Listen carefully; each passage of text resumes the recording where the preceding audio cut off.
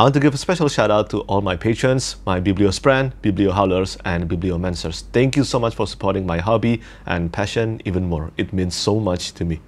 Hi everyone, Petrik here. Today's video will be a bit of a mix between negative and positive stuff to talk about, because I will be talking about series that, in my opinion, should have been a standalone, and also series that could work as a standalone even though they are a series, and I am very much thankful for it. So yeah, this video is kind of like a mix between the negative and also the positive. But first, let's talk about the negative one first, because, well, I prefer starting with the bad news, right? And the reason I'm making this video is that, have you ever wondered sometimes when you're reading through a series, whether it's the second book, the third book, or sometimes even longer, have you ever wondered that this series would have been even better as a standalone? Like, it should have been one book and the series would have been better for it. And I'm going to be talking about them first, and I'm going to mention 5 series. And the first series that I'm going to mention is the Children of Time trilogy by Adrian Tchaikovsky. Starting with the Children of Time, and also the second book is the Children of Ruin, and also the third book, which is not out yet, is the Children of Memory. So here's the thing. I think the Children of Time is incredible. It has one of the finest endings to a sci-fi book that I've read, and you know, I really thought that it would have been a one-off standalone and it would have been really great. But then the Children of Ruin was announced and I was apprehensively excited about it, and when I read through it, well, to be honest, I was excited about it, and when I read through the Children of Ruin, apparently it feels like a rehash of the plot structure of the Children of Time. So it kind of like defeats the purpose of having this book, at least from my perspective. There is nothing too interesting about it if you have read the Children of Time. And again, the Children of Time works amazingly well as a standalone novel. But I could totally be proven wrong here, because the Children of Memory is coming out next year, and who knows, maybe this will rectify my decision to put this series on this list. Because I do think Adrian Tchaikovsky is a great writer, and you know, maybe he could just conclude this trilogy magnificently. And if that ends up being the case for me, I would definitely retract my decision to put the Children of Time trilogy on this list. Then the next series on this list is a science fantasy series, and it is The Axe of Caine by Matthew Stover. So Heroes Die,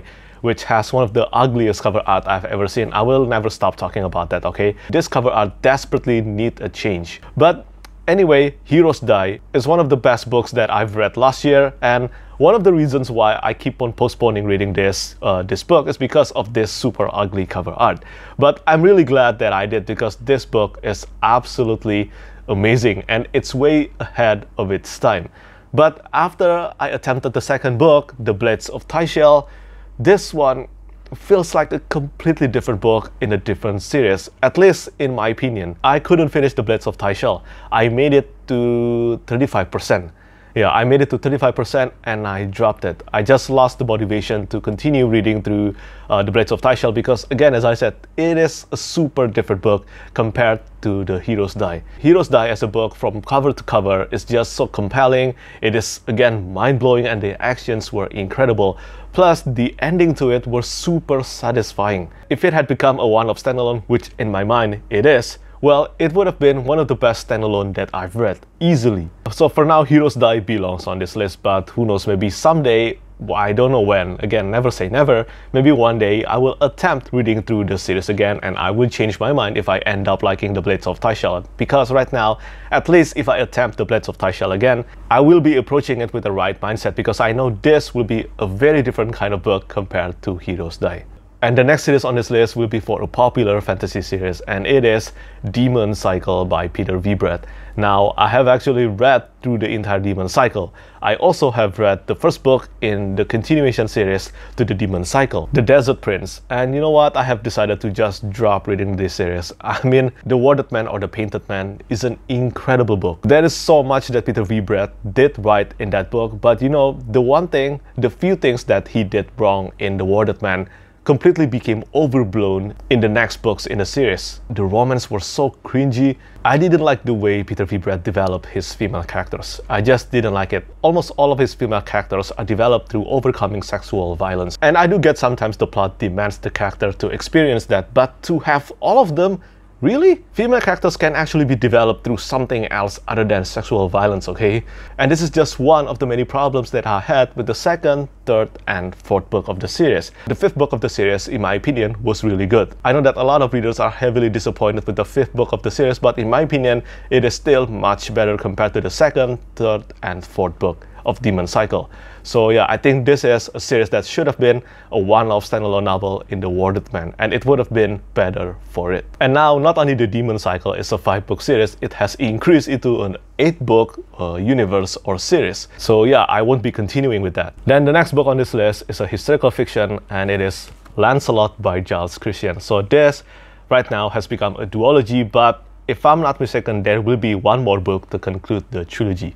I don't know whether this will become a trilogy or not, but either way, I approached Lancelot as a one-off standalone, and this has become one of the best standalone novels that I've read. Even to this day, this is still a standalone novel, and I want to make it clear that I actually enjoyed reading the second book in the series, Camelot. Camelot is still a great book, but compared to Lancelot, it just doesn't match. Lancelot is an absolutely amazing book. This one book actually matches the quality of the Warlord Chronicles by Bernard Cornwell. It is one of the best Arthurian retelling I have ever witnessed. It is just so good, so good. The writing is lyrical, beautiful, and the story, let's just say that it is immensely impactful and unforgettable. The ending is one of the finest endings that I've read in any book. And this is why I think Lancelot should have been a one-off standalone novel, because having Camelot as a kinda like a sequel to it, even though it's not, it's supposedly a spin-off, but the story takes place immediately after what happened in Lancelot, and having the story told in Camelot kinda decreased the impact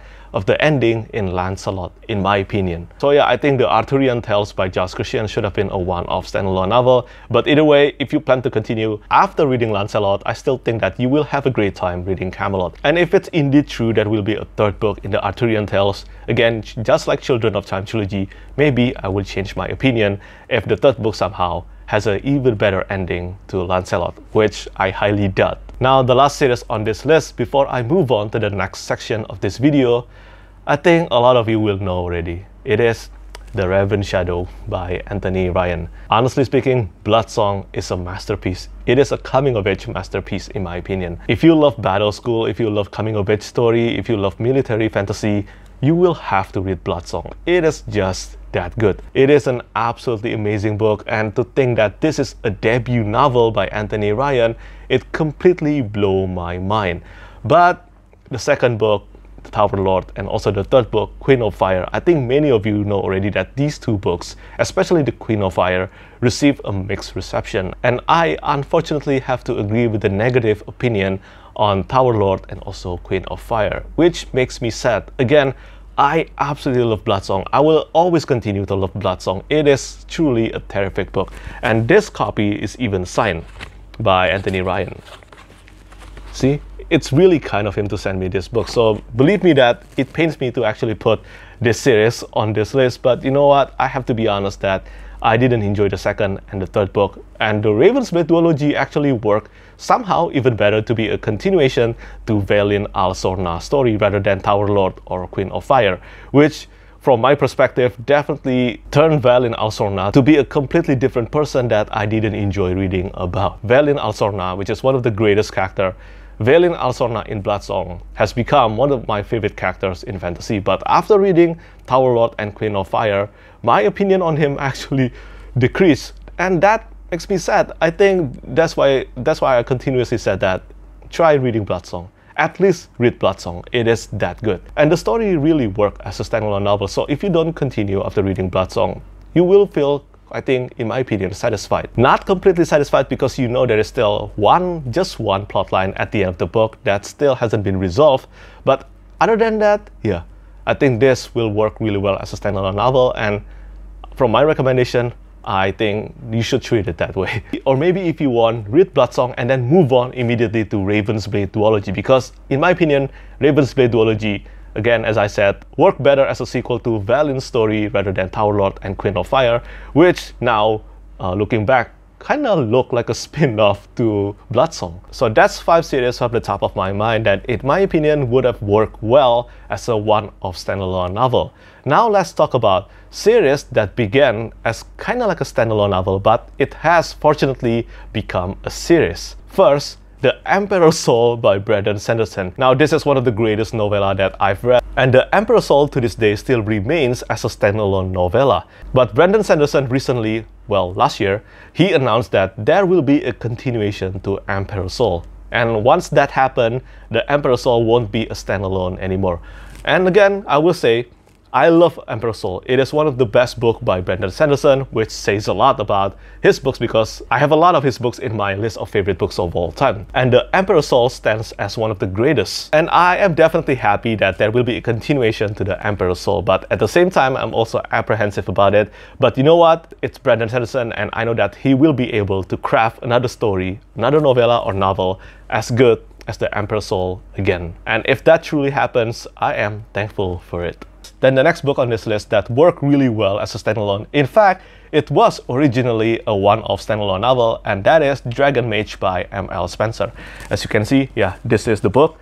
Dragon Mage is a book that I talk about a lot on my channel, especially when I just began starting my channel. I love this book. It is one of the best standalone novels that I've read, but because of its popularity, because of its critical acclaim, Dragon Mage has become a series. And similar to The Emperor's Soul, the sequel to the Dragon Mage is not out yet, Champion of the Fallen, but once it's out and it turns out as good as the Dragon Mage, I will be super happy because Dragon Mage is a book that I really love. It reminds me on why I love classic fantasy in the first place. It's been a while since I talked about Dragon Mage, so if you haven't read this book, again, I highly recommend this one.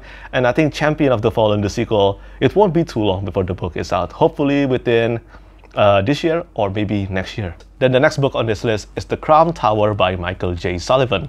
So this one, it works really well as a standalone, but this is the first book in the Rhyria Chronicle series. So do know that this is a series. This is a long series actually, because there is Rhyria Chronicles, there is also the Rhyria Revelations. And The Crown Tower is the first book in the Rhyria Chronicle series, but it worked really well as a standalone. It is one of the best books by Michael J. Sullivan in my opinion, and I am really thankful that the Rhyria Chronicles is a series, not just one book. Because originally Michael J. Sullivan actually wrote, I think, The Crown Tower and also the second book, The Rose and the Thorn, but I could be wrong about this. It could be only just the first book, just as a way to visit the origin of Royce and Hadrian's first encounter.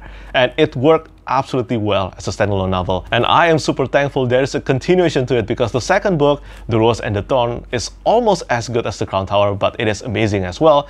And then the third book, The Death of Dulgat, is even better than the first two books in my opinion. And thankfully, even though the first book worked absolutely well as a standalone, this is a series. An incredibly entertaining fantasy series. Then the next book on this list is again one of my favorite books, and it is The Ember Blade by Chris Woodring. This is the first book in the Darkwater Legacy trilogy, and the sequel isn't out yet. The sequel, supposedly The Shadow Casket, will be out next year, and I am super happy about it. Do know that The Ember Blade works super well as a standalone novel. In fact, if I had picked up The Ember Blade and read through it without checking any information, I would have thought that this is a standalone novel, because it really does work greatly as a standalone novel. But fortunately, it's not, because I need more. I need more from these characters. I need more from this world. Chris Woodring has crafted such an incredible cast of characters that are so empathizing, and I look forward to reading this again. This will be a series that I keep on visiting. Without a doubt, when the second book comes out next year, I will be reading through The Ember Blade again. If you haven't read The Ember Blade, I highly recommend it. It is a truly magnificent mix of the classic and modern epic fantasy. And finally, the last book on this list is The Lives of Locke Lamora by Scott Lynch, the first book in the Gentleman Bastards series. Again, The Gentleman Bastards is an amazing series. It is super fun, emotional, intense, and The Gentleman Bastard is without a doubt one of the best heist epic fantasy series out there, especially the first and the second book. But The Lives of Locke Lamora, not only this is my favorite book in the 3 books that's out in the series so far, it also worked absolutely well as a standalone novel. This, just like The Ember Blade, if I hadn't known that this is a part of a series, I would have thought that The Lives of Locke Lamora is a one-off standalone novel. But again, just like the 4 books I just mentioned, thankfully it's not. Scott Lynch is a truly incredible writer, and Locke and Jean is one of the best bromance in fantasy, just like Royce and Hadrian in the Rhyria series. So yeah, that's it for today's video. That's 5 series that in my opinion would have worked better as a one-off standalone novel, and also 5 series or 5 books that I'm thankful They work as a standalone novel, but they're a series, and I look forward to reading the sequels to every one of them. So what do you think about this list that I just made? If you have read any of them, do let me know whether you agree with me or not. And please do tell me which series, in your opinion, would have worked better as a one-off standalone novel, and which series has the first book of the series worked really well as a standalone novel, but thankfully they're a series and you can spend more time with the characters and the world. As always, thank you so much for watching, and thank you for your support. Bye-bye. Lastly, I want to say thank you so much once again to all my patrons, and I want to give an extra shout out to my new bibliomancer, Michael. Thank you so much. Your patronage is truly appreciated.